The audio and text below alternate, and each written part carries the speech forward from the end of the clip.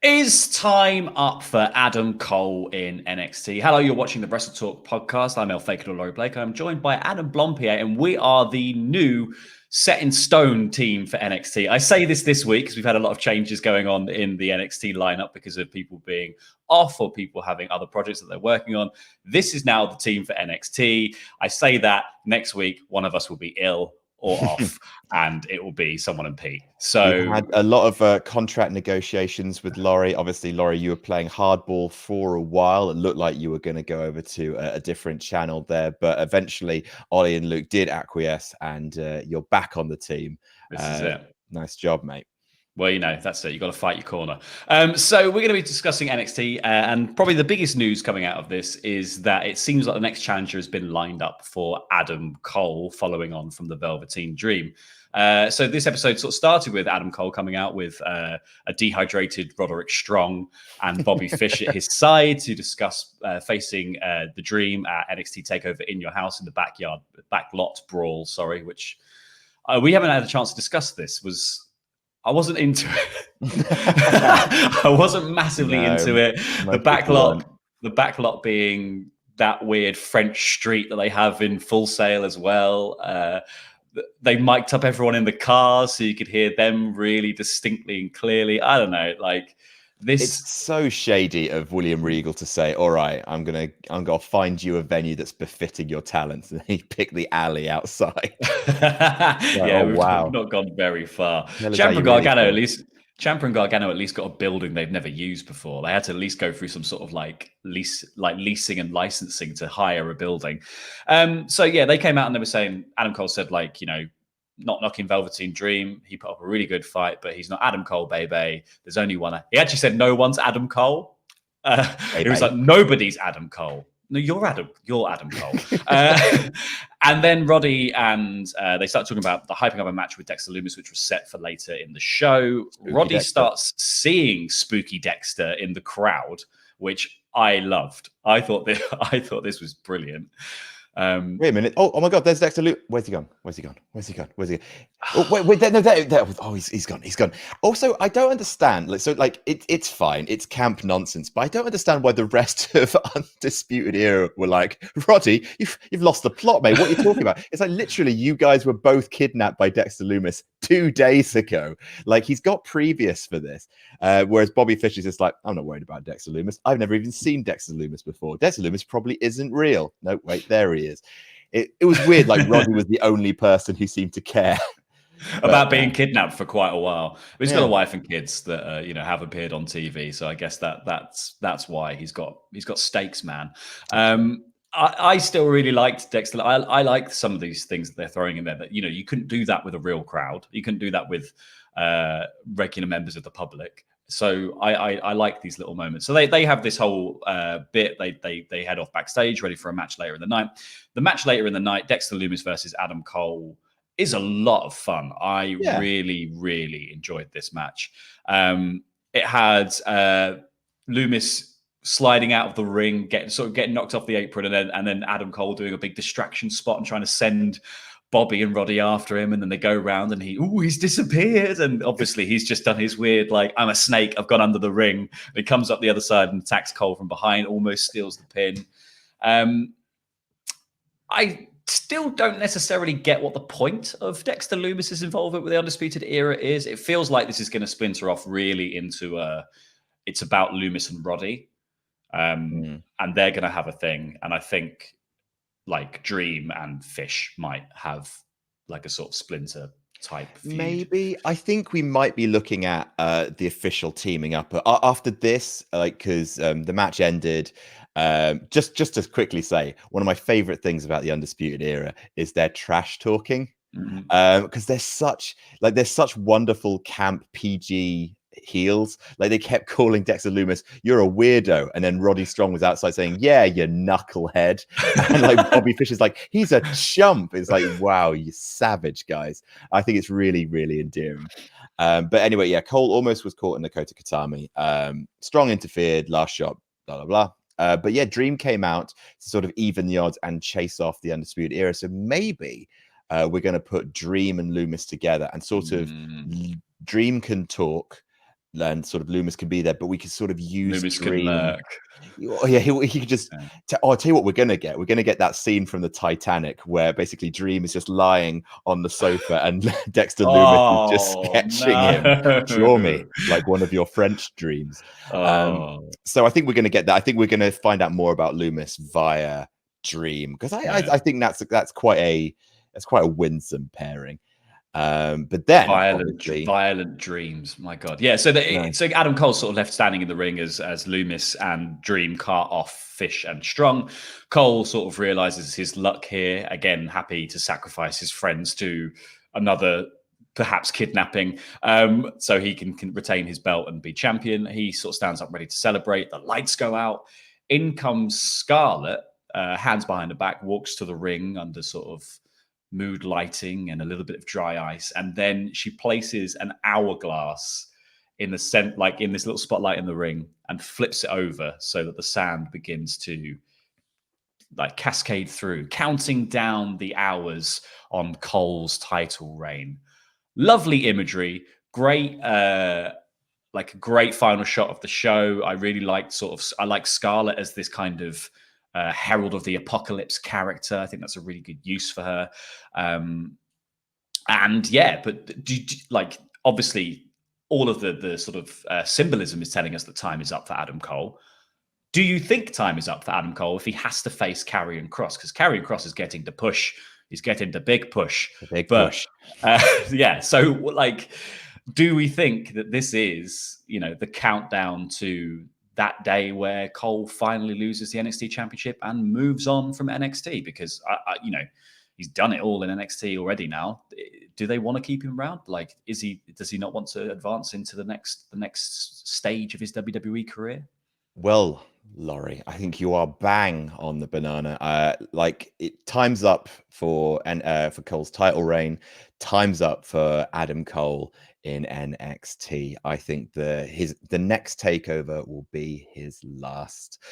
Yes, I think Karrion Kross. Like, I think a lot of people expected Keith Lee to be the next NXT champion. It seems like maybe Keith Lee and Karrion Kross is the feud, because Balor seems to have his sights set on Keith Lee's North American Championship. So even though they got us at the beginning of the show, like Keith Lee had a little backstage thing with Adam Cole being just like, oh, I know what my plans are, and we were just like, oh yes please, and then it's just like, oh actually no, it's gonna be Karrion Kross. I think you can't feed Ciampa to Karrion Kross and then have him lose the next match. I think two takeover matches and he's champion. Absolutely. I mean, yeah, I think that's such a good use of him. Like, there was that bit where Keith Lee was like, I know what I'm thinking next. And I was like, oh, first ever double champion in NXT. Like, I mean, that is a good way to put Keith Lee over strong. But I feel like with Finn setting his sights on Keith, I think Keith would drop the belt to Finn and move up into probably have a bit of time out, I think, and then move into a picture with Karrion Kross. Because I think if you're gonna position Karrion Kross as this monster champion, which you definitely should, I think the match of Adam Cole, I think you can spin out the Dream and Lumis stuff into sort of taking out Roddy and Bobby, just remove them from the equation. So it is Cole literally one-on-one with a beast, and Kross can just destroy him. I think it should be very similar to the sort of pitching and pacing of the Ciampa match, where it was pretty one-sided and it was quite a rout. And yeah, I think that will position Karrion Kross really strong. I think you then feed a few more people to him as the first few feuds, and then you bring back Keith Lee to be the one to dethrone Karrion Kross. And now you have these two behemoths at the top of your card who are just, I think, probably the future of your company, because they just both have immaculate presentation. And they've both just been so well done in NXT in the last, obviously Karrion Kross had a much shorter run, but Keith Lee in the last year in NXT has just been perfection. And I just think, yeah, you could build the future of WWE around those two guys very easily. So let's talk about Finn Balor, because Finn Balor was set to have a match with Cameron Grimes, which is a bit of payback for the match in which Damian Priest interfered that gave Cameron Grimes a win over Finn Balor. Grimes gets slapped backstage by Priest after running his mouth in a backstage interview, saying that he has a win over Finn Balor. He doesn't really see the point in having another match with Finn Balor because he can just go 2-0, whatever. He's not scared of the Prince when he's clearly quite scared. He sort of tries to semi-backhandedly compliment Priest on a good showing at a takeover in your house, gets a slap for his troubles, lies to referee Drake, saying that he's got an injured jaw, gets caught out chirping the girls as Drake brings William iPad Regal round to see, and then ends up having to have the match with Balor, which again was another great little match. I think this NXT had really good matches in it. It was like, I think I've been saying for a few weeks that some of the NXT matches feels like we're just blitzing through matches and throwing people together, and we're getting a lot of repeats as well. But this was really fun. Like this felt like it was good positioning for Balor. It puts him in a really strong, coming out of the Priest thing. It gives him some direction. And yeah, I just thought this was they were trading back and forth. There was some really good sort of use of reverse, everyone going for a reverse 1916, and eventually Balor hits one. Balor hits he hits the coup de grace and then the 1916 and picks up the victory.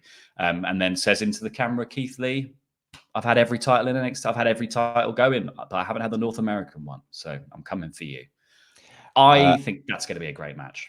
Oh God, yeah. I just want to say, as much as I think the kind of backstage comedy with Cameron Grimes didn't necessarily hit, especially when he's just being just I'm lying, I'm actually fine, ha ha. Cameron Grimes is not quite there yet, but I do absolutely love the idea of this kind of mobile Regal who's just on an iPad. I want him to get that ref to just carry him everywhere and just hold him here like Krang in the Teenage Mutant Ninja Turtle. Or a Teletubby. Just create some sort of robot kind of movement unit, so basically Regal can still be walking around backstage like in Rocky 4 or something. To be fair, I've enjoyed the increased role they've given to Drake as well. Drake has always been my favorite referee in WWE because he's the most intense. Hard body ref with his daring leaps into counting the pin. The man is a force of nature, and I loved his inclusion where he gets to do the sort of rundown at the beginning of the backlot brawl. That was great. And now this week he's doing comedy bits with Regal. The man is brilliant and needs more screen time. So I'm very pleased with this. And I agree that, the Cameron Grimes comedy was a bit, but a bit of comedy that was very good on NXT this week was the Breezango package, I thought. Yes. This was a lot of fun. They obviously returned last week, wasn't it? That they returned to win a triple threat tag match to set up a number one to make them the number one contenders for the NXT tag team titles, and they'll be taking on Imperium. And we sort of got a pseudo serious beginning to this package, saying that Breezango have returned, and they on SmackDown sort of lost focus and did a lot of wore a lot of costumes and were very silly, and they just wanted to entertain people. But now they need to toughen up and take things seriously. And this winning of the triple threat match was the beginning of that, and they obviously have had lots of success early in their career. And Fandango debuts in front of, what did they say it was, 80,000 people? Yeah. Tyler Breeze, brilliant bit where he's and Tyler Breeze, this you kid, you've got he's oh, I'm 32. He's you're 32. I thought you were 27. But Tyler Breeze is obviously one of the founding members of NXT, took on Jushin Thunder Liger. He's had a lot of important stuff going for him. They build it up like they're going to be taking this deadly seriously now. And they go, and that's why we're going to be Emporium. You're thinking of Armani Emporium. We've got to beat this guy. What's his Fabio and Marsupial. I loved it. I thought it was great. Yeah, me too. As speaking as a 32-year-old man, that joke really hit home, with a bullet. No, because they NXT. They do some comedy. Not all of it works, but they are very unlike the main roster where you are sort of serious or funny. And very much when you've proven you're funny, that kind of locks you away in a prison. Breezango, I do think this shows like NXT can tiptoe the line of just like, yeah, we could be funny, but we also respect the championships. Always respect the championships first. Breezango saying, look, we've got a match for these belts. These belts mean a lot to us, so we have to leave the entertainment at the ropes when we enter the ring. And I love that kind of push and pull, because yeah, again, you just even you can goof around, you can keep the characters, because we love Breezango or Breezongo, as Tyler Breeze referred to them as. But yeah, you always respect the belts, and yeah, NXT did a really good job of that. I'm really looking forward to seeing Imperium eat Breezango alive to set them up. It's a shame it's going nowhere. Yeah. But yeah, like I said, like all it takes is a little bit of careful presentation. Suddenly, a match means more. Well, yeah, I think this kind of pays off on Breezango as well. I think, I was disappointed. I was disappointed when Tyler Breeze returned to NXT and retook the sort of Prince Pretty vibe with a slightly heelish edge, and was cutting all these promos about his time on the main roster and sort of being a forgotten about portion of NXT history. And I get that they part of the reason they stopped doing that is because that's also the plan they had for Finn Balor when he returns. Both called Prince something, both talking about being serious in this and wasted on the other thing. So it was kind of a shame when they brought Fandango back, because I just thought they're just going to pigeonhole them to being comedy again. But I like the idea that they're aware of that, and they're going to hopefully make use of it here and turn it into something worthwhile and actually build something with Breezango out of it, rather than just being, well, it's fun because they do really goofy entrances and they just dress up like stuff. Yeah, it's like you said, it's good to be able to carefully walk that line between comedy and seriousness. And you should take comedy wrestlers as seriously in the ring as anyone else. Look at Orange Cassidy, look at Colt Cabana. Like, these guys are masters of making you laugh, but then also turning up and actually putting on a real show when the moment's right. And I think Breezango will show that next week when the match is. I think it's next week. Yeah, so it's scheduled for next week. Another tag match that happened on this show was Johnny Gargano and Candice LeRae facing off against Keith Lee and Mia Yim. This seems like a feud that won't be ending anytime soon, considering that this spilled out of Johnny challenging for the North American title at Takeover in Your House, losing quite convincingly to Keith Lee. And yet we are still sort of keeping all these guys in the mix together, because Candice also lost to Mia Yim. So yeah, this, I don't know.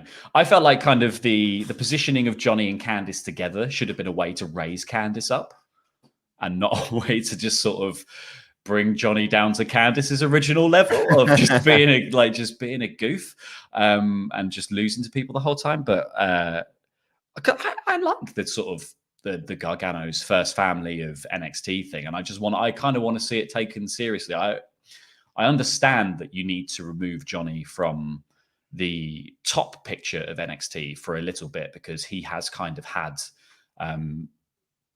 the monopoly on being in the main events for takeovers and being the champions and always being talked about as like the guy in NXT. So it is good to sort of drop him down, but this should be a way to raise Candice up to be the woman in NXT, and using Johnny's star power in that respect to sort of be like, no, this is about Candice now.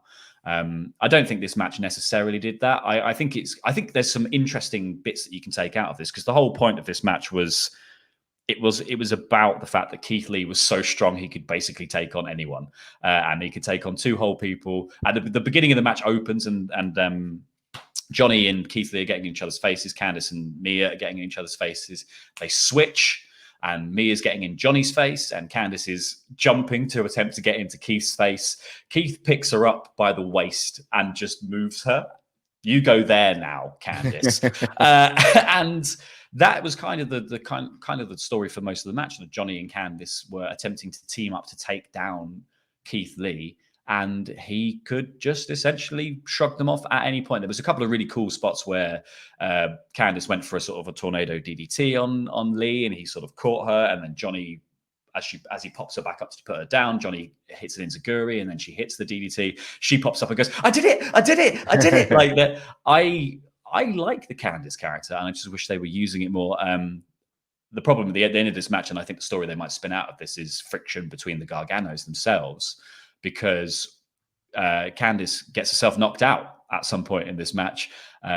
Johnny hits the one final beat slingshot DDT on Keith Lee, which crushes him onto Candice. That is so, and Keith Lee then picks her up, as in like a sort of, I don't know, it's kind of a Lenny from Mice and Men thing of like, I didn't know my own strength, and now look at what I've wrought.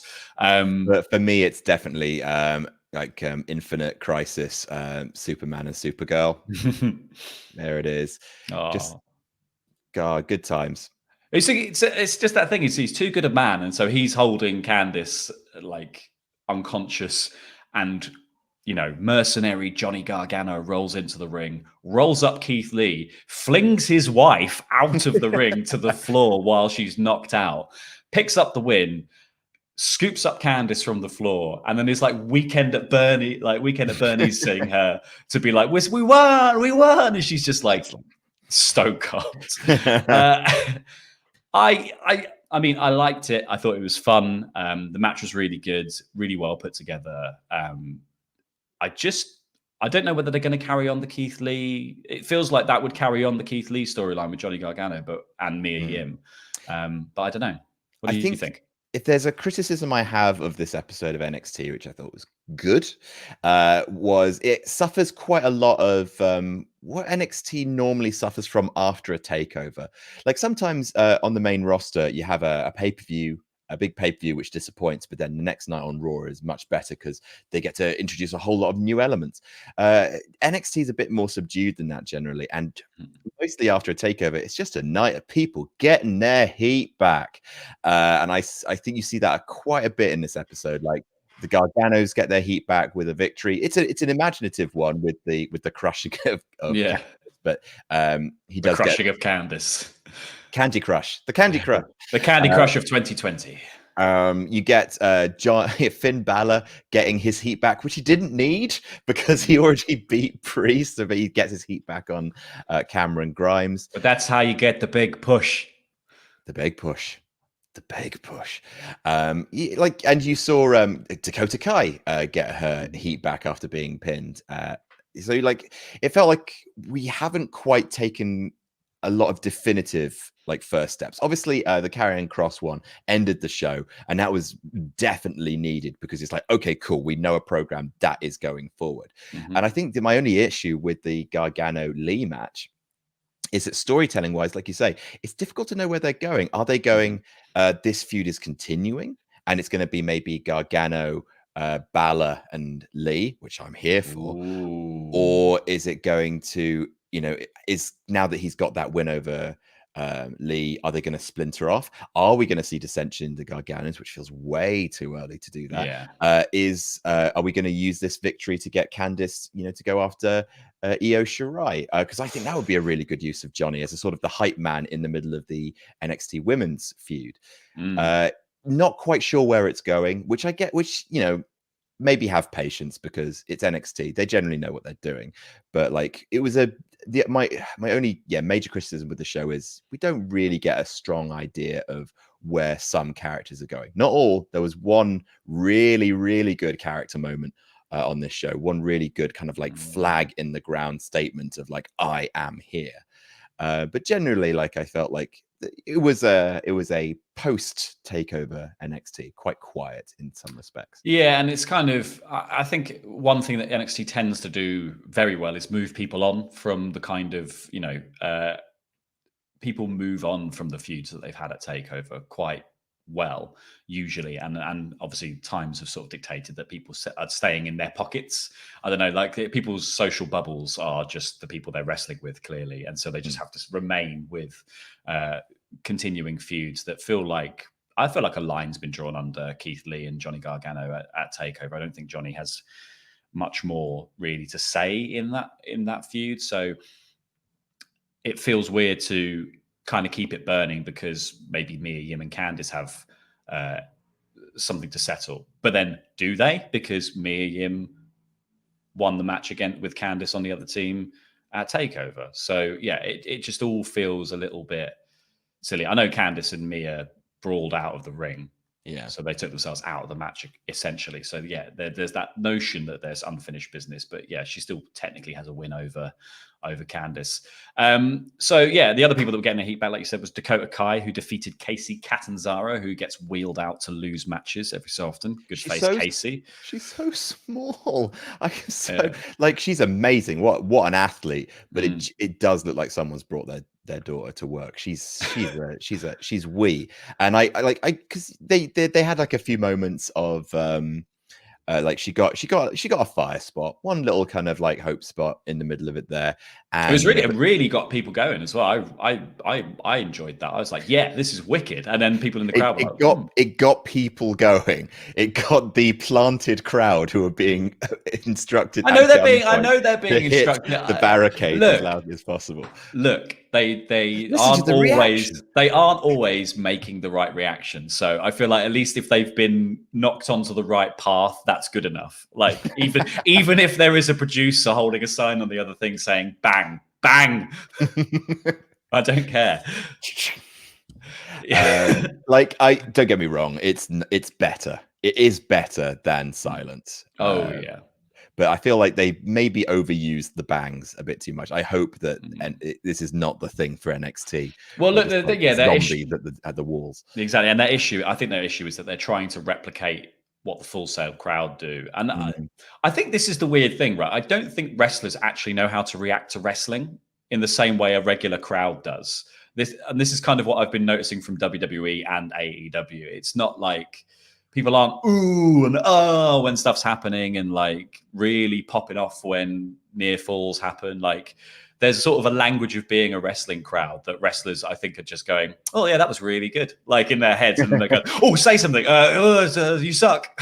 They seem quite embarrassed at some points to chant like stuff like "you deserve it." Like it's so sometimes so muted.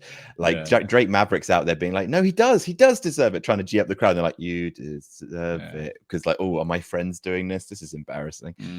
Yeah. So yeah, this little match between Dakota Kai and Casey, I thought I had some really good back and forth action. Casey should be used more, and they should have done something with her when she first joined. She was out injured for a bit, and only really recently returned. But I would have liked to have seen something made of Casey Catanzaro. It feels really weird to get someone who's like got a lot of fame coming into NXT from her time being Ninja Warrior. So it kind of feels like she's underutilized here. And now they've literally just paired her up with Caden Carter as well, who also was Ninja Warrior. And they were Team Ninja for a bit on sort of NXT house shows. So that it seems like they're going with that now as the only thing. So it kind of feels like a bit of a dead end for Casey, probably. But Dakota Kai and Raquel Gonzalez, I think, are a great teaming. And I feel like they're also in that weird sort of heels in the women's division don't go anywhere if they're not Shayna Baszler level heels. They're just sort of, they are there to put over babyfaces who will be champion for a month and then lose to the next monster heel that they've decided that is going to be. Kind of weird. Timothy Thatcher, though, was the next thing on the show after this. So who wants to... Thatch can wrestle. I liked this. It feels like the comedy that if you're going to do comedy with Timothy Thatcher, this feels like the comedy to do with him. I didn't think him and Matt Riddle were quite the brilliant pairing that Matt Riddle and Pete Dunne were. Like I said, there's that twinkle in Pete's eye that says, I am just being a surly teenager kind of character rather than I actually am a legitimate hard man. And I think Thatcher felt like more of a genuine hard man. So, maybe him saying Thatcher's Thatch can style is a bit stupid, but I imagine it's going to just be him murdering folks from next week. So that is absolutely fine. That's going somewhere. Timothy Thatcher's great. If you've lost Matt Riddle, he's a bloody brilliant replacement. And then I'm hoping that do you want him to be an Imperium? Timothy Thatcher. I don't want to kind of just like lump all the people who are mat technicians into the one stable. I kind of like, where is Wolf? Is he out? Because I know he got injured back at Worlds Collide. Is he still gone, or is he like in the UK I think he's with in the. Walter? I think he's either in the UK or at home. So yeah, it just seems. I'm interested to see where he goes. I think I don't. He doesn't strike me as someone who immediately comes out the gate with like Kurt Angle comedy chops, but I think that he does need a bit of personality. And I don't necessarily, yeah, like you said, I don't think the pairing with Riddle quite got that same, because he was always in the shadow of Pete Dunne. Given his own thing to do, I hope, yeah, we get that charisma that makes Timothy Thatcher become a proper like cornerstone of NXT, because he definitely is talented enough. Speaking of future cornerstones of NXT, let's talk about Drake Maverick, who came out to congratulate Phantasma for his win last week in the Cruiserweight Interim Championship Tournament doodad, whatever it was. Drake Maverick, I think, is going to have an amazing storyline coming out of this. I think Drake Maverick, as much as I've sort of said it, I'm not overly convinced about the using somebody's real life horrible circumstances for the sake of storyline, especially when other people were still just going through that normally, without the light at the end of the tunnel of, well, maybe you get an NXT contract. I don't think it's necessarily the best thing to have done. It made for a good story out of that context, and it was played perfectly by Drake Maverick. And I think this payoff here is very good, except for the fact it's the most obvious reveal that I think NXT has ever done. So what happens is Drake Maverick comes out to congratulate Phantasma, says we didn't get a chance to speak last week. And I just want to say thank you so much for the amazing match. You truly deserve to win the belt. I know that a lot of the spotlight was on me after the match because of what happened, but I just want to say that the spotlight should have been on you. I've had a lot on my mind, as you can tell, for the past few months, but I'd like to see what would happen if we had a match for that without that. Brilliant promo. Yeah, really good. No kind of, don't have to do any gimmick, any silliness with it, just pure babyface. Everything made sense. Referenced the last match. Gave us as the crowd an actual reason to, oh yeah, of course, because yeah, you were a bit of a mess. And yeah, this is a logical next step. Brilliant work by Drake, and I'm really glad that it wasn't a full stop at the end of his story getting that contract from Triple H, which he didn't read again. So he's in. He could be anything, yeah. But I'm glad that they're continuing that story, and I thought this was a brilliant development. What happens next? It was obvious. Yes. Oh yeah. I mean, we'd already seen him unmasked in, like in his initial introduction package. We saw Phantasma like unmasked in a suit. Yeah, it kind of removes some of the magic of, like, there is still a bit of a reverence of luchadors unmasking themselves in wrestling. It's still a very kind of significant symbol. And we'd already seen him without the mask on, wandering around. So yeah, I just think it was a bit too obvious what was going to happen, but I still like it. Yeah, I think it's one of those things like, would you rather have NXT seems a bit obvious, but it makes sense and it feels generally kind of satisfying, like, oh, okay, all the points line up, or would you rather have a main roster where they swerve you for the sake of unpredictability with something that actually doesn't line up at all? Because, like, yeah, the seeds have been planted for this for ages. Like, anyone with half a wrestling brain says, okay, he's the leader of these two masked men. I do like the fact that the two masked men turned out to be the men who were kidnapped. Yeah, I thought that was a fun, because yeah, it turns out that Raul Mendoza and Joaquin Wilde, they also unmasked themselves along with the new Santos Escobar, which is a fantastic name.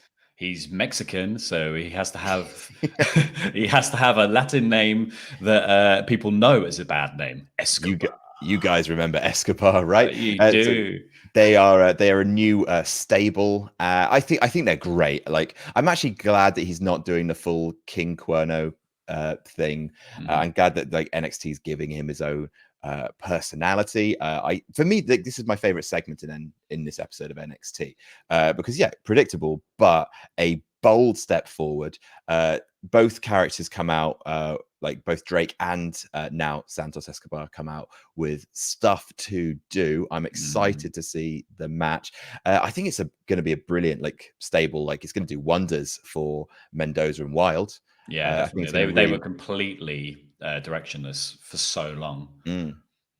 Yeah, I really like this. I loved I enjoyed the imagery of him taking the mask off, like while he's sort of got his feet round Drake's neck, and he says, "I'm Santos Escobar. I'm the cruiserweight champion." And then Mendoza and Wild leap in with splashes, and he sort of snaps the neck as well with he did the sort of foot snap. That was really cool. And they stand over the down Drake Maverick. It is exactly what you want to do. I think it's a brilliant little spot because it not only positions Escobar's cartel, I guess we'll call it for now, like because he's an Escobar. It positions. They're going to be called that, aren't they? They're going to be called the cartel. Yeah, so it's going to position those guys. It positions those guys really strongly. It gives you a story to run with in the cruiserweight division. I think that can control the cruiserweight division in a really clever way. It also Drake Maverick has just had like the highest point of his career, I think, coming out of one of his low points, and he's been kicked right back down to the low point again. Like I wouldn't be surprised if they wrote him out injured for 2 weeks or something with this. They should, and they should. I think they should build this up for as long as possible for Drake getting back into a cruiserweight championship opportunity against Escobar. They shouldn't expedite this. They should really draw this out. Drake should be an underdog for a good couple of months here and slowly build into that cruiserweight championship match. Stack the deck against him as much as possible and then pay off in a massive way at TakeOver. That is what he wins it, and then Jordan Devlin immediately comes back. This is the best use of Drake. Drake having the belt is nowhere near as interesting as Drake chasing the belt. Yeah, and he's great, and it's that Rey Mysterio logic, right? Rey Mysterio as champion just isn't worth as much as Rey Mysterio on the chase, and I think Drake has that same, the same vibe of being like. Even in the sort of like the smaller man's division, he's the small man in the small man's division, and they've even escalated it by being like the guy on top has lackeys, and he's kind of in control because he's got two other masked guys at least. I think it's really interesting. I love it. It's the crucial foundational underpinning of wrestling, like the heel controls. For the vast majority, like in matches and in feuds, heel controls brief bursts of babyface triumphs, like a long run. Like sometimes it works. Like I'm enjoying Drew McIntyre's run, but generally speaking, babyfaces, aren't as interesting when they're champions. So they get beaten again quickly, and then you have long heel championship runs, build up that chase, big explosion of victory, and then bring another heel in. And I think, I'm really excited to see basically, the cartel controlling the cruiserweight division. It makes me really like it suddenly gives a really nice snapshot of the division as a whole, which which is why I kind of feel like it's a little bit murky in other places. Like NXT, like the best segments are the ones that give you an idea of the story, the division. Like right now, NXT Championship is Karrion Kross and Adam Cole. Great. And what is that going to look like when Karrion Kross controls that championship? NXT, the cruiserweight. Oh, okay. So we now have a hierarchy now. It's brilliant, and we understand it. My only problem is that with Io Shirai's victory, I'm not entirely sure who her next challenger is. Is it Candice? Is it Charlotte again? And same with the North American. Like, is it Gargano? Is it Balor? What's going on there? And I understand that sometimes, be patient and mystery is, unfurl. But the strongest segments are ones that give you a clear idea of, okay, here's what's happening next. Get excited. Well, yeah, and I mean they make you want to tune in again. That's the point of weekly television, is that you sow enough seeds, you leave enough threads dangling that people want to see what's at the end of them. And I think this week's episode of NXT did a pretty good job of giving you a couple of really punchy cliffhangers to leave you with. I think the Escobar stuff, I think the Karrion Kross stuff, that's going to have me tuning in next week. I mean, it's my job to tune in next week, but I will be. I would have been tuning in next week were I a punter. So yeah, I just wish there was a bit more direction elsewhere, just because it feels like some of that other stuff is a bit muddled. And I think specifically when people are just in the same kind of feud, it does feel very holding pattern-y to just, we've had every combination of Mia Yim, Candice LeRae, Keith Lee, Johnny Gargano that you could possibly imagine, except a handicap match with Johnny and Candice versus just Keith on his own. Like that we've kind of, I feel like in a very short space of time, we've exhausted that. So yeah, I would like to see everyone sort of moved on from there.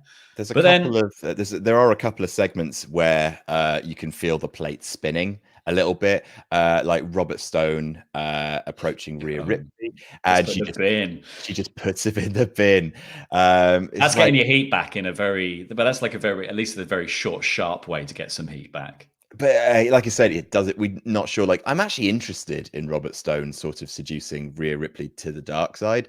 But like Rhea, like she put him in the bin, smirked, walk away. It's just like, I'd rather you just be pissed off and distraught rather than this little kind of comedy stuff with Robert Stone. Tommaso Ciampa just leaving the arena. Like, I get it. Like, you can't have everyone cut a promo, and I think that's more interesting to kind of like see what's happening with Ciampa next. But he just vanishes. There's no kind of like